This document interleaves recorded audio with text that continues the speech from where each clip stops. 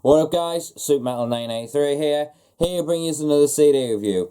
Now this is the one that I previously just reviewed. I don't know if any of you noticed, last night I uploaded a review, and after a couple of minutes of it being online and sharing it, I decided, nah, I didn't like the review, so I took it down and decided to redo it because I wasn't impressed with what I did, and it didn't feel sufficient enough. So here I am again to do it. So this is kind of take 2, you could say, or take 500, because that took a few takes, but whatever.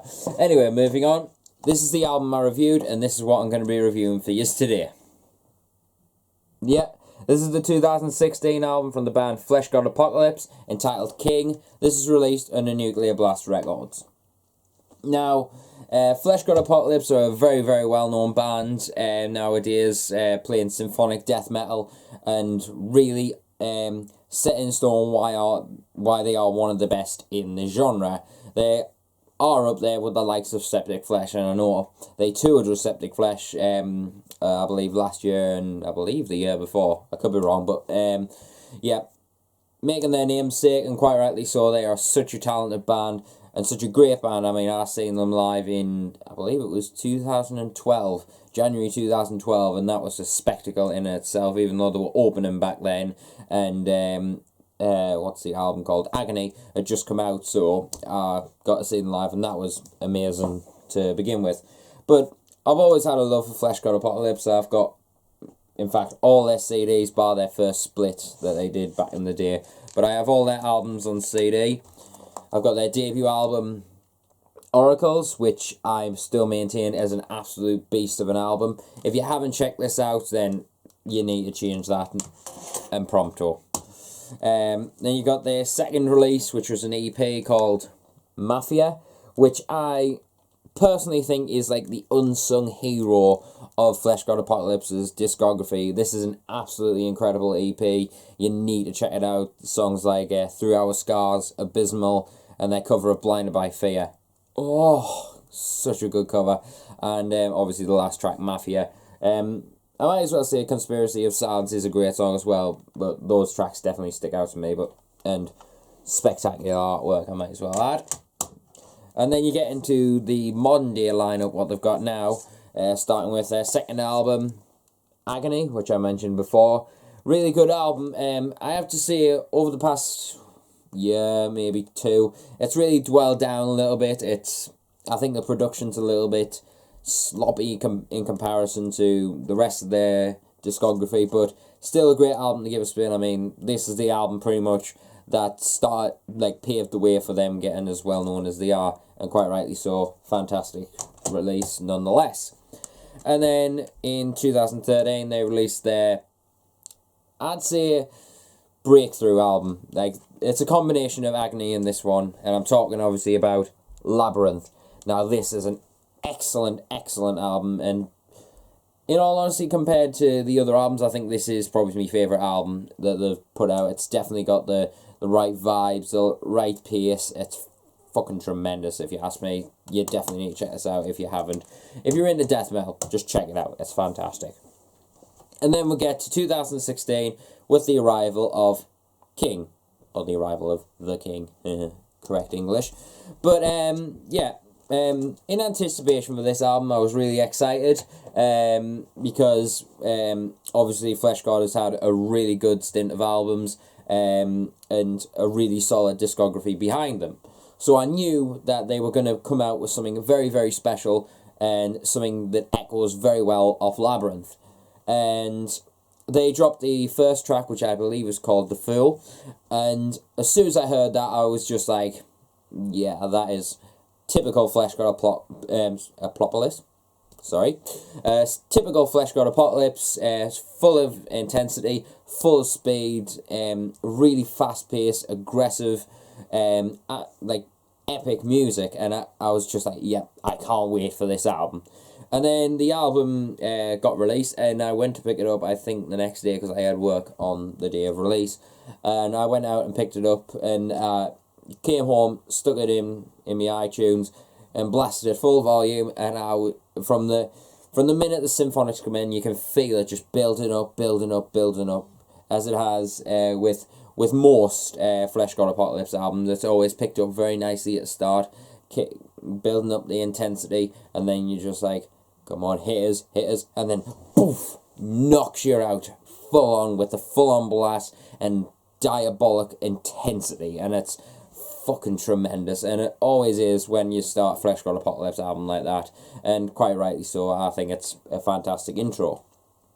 Throughout the album, you can definitely feel that they're starting to mature their sound a little bit. They're not as much going for speed as much, which may disappoint some Fleshgod fans in all honesty, but it's the same thing with Labyrinth. Labyrinth still had the speed and the intensity, but it seems like King, the album itself, is kind of like eased back a little bit and gone, okay, we're not as much a part of, well, not even a part, we're not as much need to stable ourselves as we can blast at 300 or 400 BPM or whatever, but we can still pull off the symphonics and the sheer impact of those heavy, hard-hitting riffs that aren't just blast beat orientated. And that's what I really enjoy about King, because it feels as though they've gone down a more... The best way I can describe it is they've gone down a bit more of a kind of SepticFlesh kind of vibe. It's still got the fast blast beats and the tight riffs, but it's got some tight, epic march in a battle kind of vibes, you know what I'm saying? It's kind of weird to hear it, because Fleshgod, I was expecting like blast everywhere, this left, right and centre, and just ripping your absolute face off, but, and being ear grinding basically, but it doesn't feel like that at all. It feels like they've matured the sound, they're more eased back, and they're still pumping out that sheer powerful music that they've been putting out since Agony, and even did in before that with the original lineup.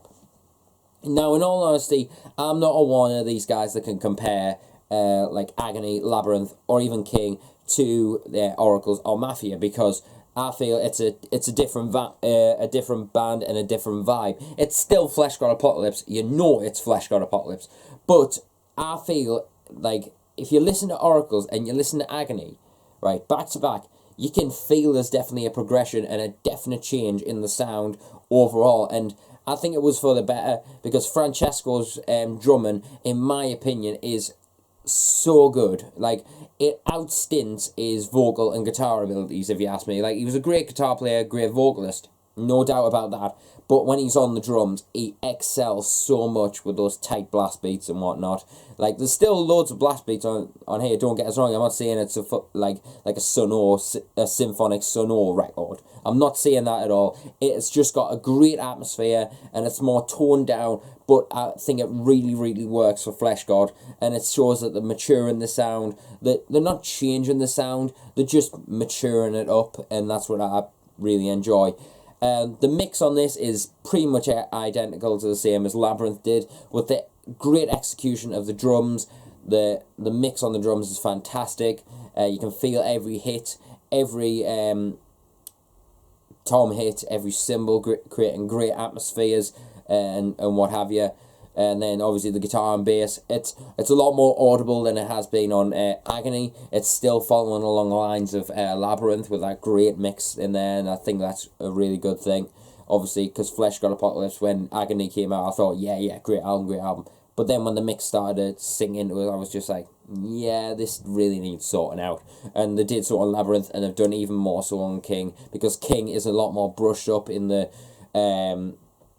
department of like tones and stuff like that. I feel it's a lot more cleaner than Agony, but it's only a little bit cleaner than Labyrinth, but I personally really like that, and I think it just really keeps the orchestrations and the symphonics at a level where you can feel the guitar as much as the orchestration. So that was a big massive flaw for Agony, if you ask me. And I think this album, the mix is just fantastic, and it keeps it. There's nothing too scratchy. There's nothing too in your face, and I think the mix is fantastic for Fleshgod, and it works so well, and it creates just this great atmosphere, and I absolutely love it. And vocally, so there's a lot of variety on this for a Fleshgod, like, not for a Fleshgod album, but for a death metal record in general. There's a lot of your stereotypical death metal low growls, which are well executed, really well put out there, with great lyrics and what have you. But then there's all the cleans from the basis, which I've always felt are fucking weird, but I fucking love them. And that's what I think Fleshgod has really been known for, is like they can have that brutal growl, but then all of a sudden these weird kind of cleans come in from the basis, and you're just like, damn, that works so well. And there's even a few female vocal operatics going on, opera vocals or tenor, whatever you want to call it, especially on the interlude song, which I can't pronounce for the life of me, which is Paramore Die. Well, the 7th track, you know which one I mean. That track really creates a good break, and then as soon as the 8th song and the Vulture Beholds comes in, it just hits you back in the face, just like, yeah, enough about the relaxation interlude. Let's kick you back in the face with a blast beat. That's all it is, and that is stereotypical Fleshgod Apocalypse, and I fucking love it. But there's a lot of great songs in here. The second song, I'm trying to remember how to pronounce it. Aeternum. Yeah, I'm rubbish at pronunciation. My favourite song has to be Healing Through War. That is a fucking tune and a half. That is SepticFlesh written all over. You could tell that's had a big influence on that. Obviously The Fool, which will obviously be linked in the description. Cold as Perfection. Mitra? I think that's how it's pronounced. And the Vulture Behold. Well, all the tracks, in all honesty, are good. But they're all packing impact. They're all significant tracks on the album, and the flow and progression throughout it is, in my opinion, great, and definitely something that you need to behold. If you're a Fleshgod fan, or you like metal with a great atmosphere and something a little bit different, then Fleshgod is definitely a band that well executes that, and loads of fans of Fleshgod will agree with me wholeheartedly. But yeah, the second, obviously this is the limited 2 CD edition, which contains a bonus disc.